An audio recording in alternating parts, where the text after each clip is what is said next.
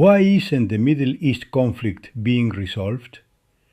It is a question humanity has been asking for generations. Governments have changed, leaders have changed, international alliances have changed, military technology has changed, even the global balance of power has changed. Yet, the conflict remains. Time and again the same images return: destroyed cities, fleeing families, negotiations that seem to offer a glimmer of hope, and shortly after, a new escalation of violence, as if history were doomed to repeat itself.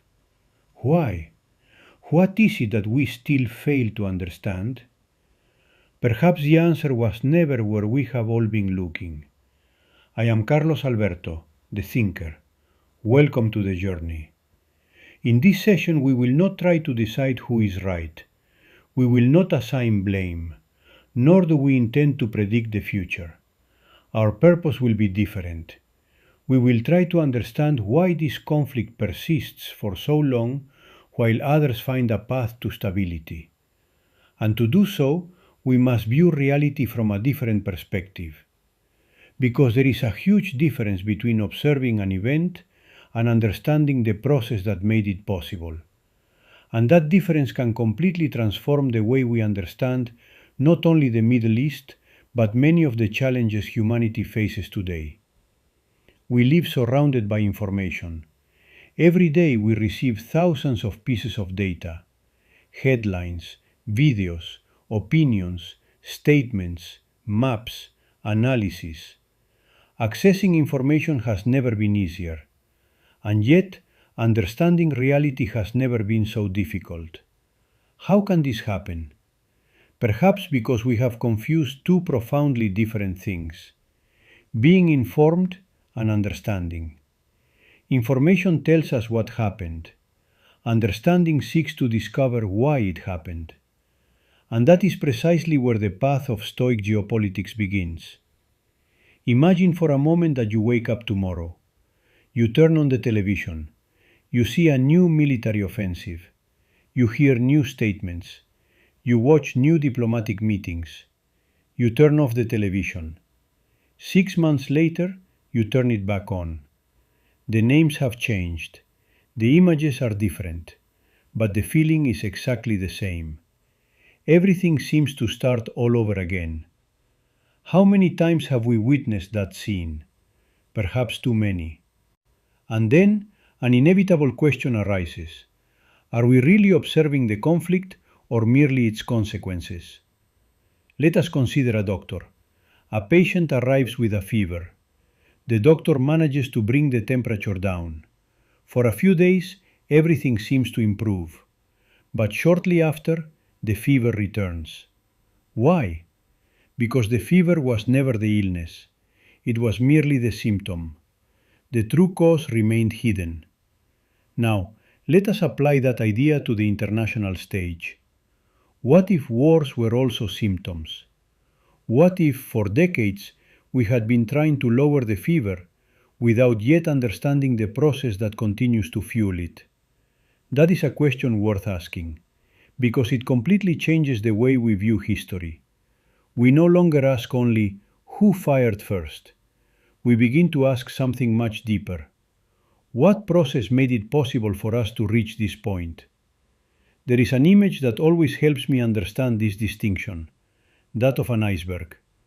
We all see the part that emerges above the water. It is the most visible part, the most striking, but it is also the smallest. The greater part remains hidden beneath the surface. The exact same thing can happen with international conflicts. Wars are visible. The processes that make them possible almost never are. And perhaps therein lies one of the greatest challenges of our time. We have become accustomed to looking at what can be photographed, but history almost never moves at the pace of cameras. Here, the first fundamental idea of Stoic geopolitics emerges. Events make the headlines. Processes write history. And understanding that distinction can change the way we view the world forever.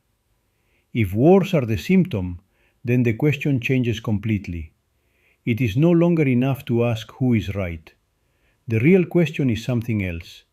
What process brought us to this point? Because processes have a very particular characteristic. They do not appear overnight. They unfold slowly, almost always in silence. And when they finally become visible, they have long since been transforming reality. Perhaps that is why history often catches us by surprise. Not because it changes suddenly, but because we begin to observe it too late. Let us imagine a game of chess. When it ends, anyone can point to the final move. One might even say, that is where the game was lost. But great players know that a defeat rarely stems from the final move. It begins much earlier, with a misplaced piece, with an unprotected space, with a decision that seemed insignificant. For several moves, nothing happens. Everything seems to be under control, until the moment the entire board changes. The same is true of history. Wars almost never begin with the first shot. That shot is usually just a moment when a long, silent process can no longer be hidden. There is a detail we rarely notice. When a war breaks out, we all look ahead. The next offensive, the next negotiation, the next international resolution. But hardly anyone looks back. And yet, that is usually where the explanation lies. Because root causes do not appear on the day the conflict begins. They have been forming for years, sometimes for decades.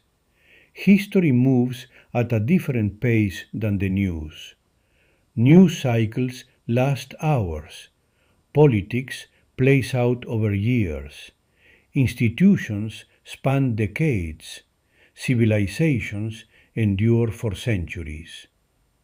When we try to understand a historical process using only the news from the last few days, it is like trying to understand a novel by reading only its final page. Facts are important, but on their own they never tell the whole story. Let us consider a house. One day a small crack appears in a wall. We paint over it. It disappears. Months later, the crack returns. We paint over it again, and it comes back once more.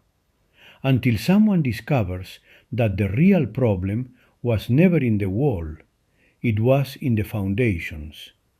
As long as the foundations keep shifting, no amount of paint will solve the problem. Perhaps many international conflicts are much more like that house than we imagine. For years, we argue about how to fix the crack, but we devote very little time to understanding what is happening beneath the foundations. That is the difference between observing events and studying processes. Events answer a question: what happened? Processes attempt to answer another, far more difficult one: why did it end up happening? And that difference completely changes the way we understand history. At this point, a question arises that deserves our full attention. What happens when the institutions that organize a society no longer align with the reality they are meant to organize? Because reality never stands still. Societies evolve. New forms of production emerge. New technologies, new economic relationships, new ways of communicating, new expectations. Yet, institutions do not always evolve at the same pace. And as that gap begins to widen, so too does the imbalance. At first, hardly anyone notices it. Then tensions arise. Later, crises arrive, and finally, violence. Perhaps the real question was never why wars begin. Perhaps the real question is, at what point did the balance begin to slip away, long before the first shot was fired? If we have come this far, perhaps we can formulate a new question. Not a question about a war, but about history itself. What happens when institutions cease to represent the reality for which they were created? Because every society needs rules. It needs institutions. It needs mechanisms to organize life together. But no institution exists for its own sake. They all exist to respond to a specific reality. And reality never stands still. Over time, economic conditions change. Forms of production change. Technology changes. Relations between nations change. People's expectations change. History keeps moving forward. The question is different. Do institutions move forward with it? Because when they stop doing so, a gap begins to open. One that seems insignificant at first. No one notices it. Everything keeps functioning. Life goes on. The rules remain. But slowly, the system begins to lose its correspondence with the reality it is meant to organize. That is the truly important moment. Not the day the crisis erupts, but the instant the balance begins to slip away. And perhaps there we find one of history's most profound lessons. Major transformations almost never fail for lack of resources, nor for lack of intelligence. They fail when they cease to understand the reality upon which they seek to act. For many years, I observed conflicts in different regions of the world. I read historians, economists, thinkers, diplomats. Each one contributed a part of the answer, but I always felt something was missing. What was missing was a method to understand the process before its consequences became visible. Not a method for predicting the future, but for better interpreting the present. It was precisely while seeking that answer that Stoic Geopolitics began to take shape. It did not begin as a theory, it began as a way of observing, as an attempt to understand why some systems manage to maintain their stability over long periods, while others, almost imperceptibly, begin to slowly lose it. And that search led me to an idea that eventually became one of the pillars of this method, the principle of virtuous realignment. But before attempting to understand it, it is worth clarifying something very important. Realignment is not an emotional reaction. It is not a spontaneous adaptation. It is not an improvised change. It is a deliberate act, the conscious decision to realign a system with the reality of its time when that correspondence has been lost. Because change does not always mean improvement. Reform does not always mean correction. And transformation does not always mean progress. However, the most important part is still missing, because a system can realign for many reasons. It might do so to preserve privileges. It might do so to concentrate power. It might do so by responding solely to vested interests. That too would be a realignment, but it would not be a virtuous realignment, because virtue is the essential good of all human activity. It does not merely adorn the realignment, it guides it gives it meaning, it gives it legitimacy. It is virtue that allows us to distinguish between what must be preserved and what needs to be corrected, between immediate self-interest and the common good, between the expediency of the moment and the principles that make free, just, and stable coexistence possible. Perhaps that is why peace never begins when the weapons fall silent. It begins long before. It begins when a society has the clarity to recognize that the time has come to realign its institutions with the reality of its era, and the wisdom to do so guided by virtue. This is merely the beginning of a journey. In our upcoming sessions, we will delve deeper into the principle of virtuous realignment, its foundations, and the many proposals that can arise from its application to strengthen institutions before conflicts become inevitable. For Stoic Geopolitics does not aim to tell us what to think. It aims to offer us a method for observing with greater clarity. A method that reminds us that events pass, but processes endure, and that understanding those processes not only helps us interpret the past, it also enables us to act with greater prudence in the present and build the future with greater responsibility. History does not belong solely to those who react to crises. It belongs, above all, to those who know how to recognize, in time, the processes that make them possible. That is the path we will begin to walk together. I am Carlos Alberto, the thinker. Today, we begin to develop the fundamental concepts that will allow us to understand the pendulum-like nature of history and view major international conflicts from a different perspective. In our next session, we will incorporate new elements of analysis to help us unravel the complex reality the world is experiencing today, and we will delve into the Middle East conflict by applying the Stoic Geopolitics method step by step.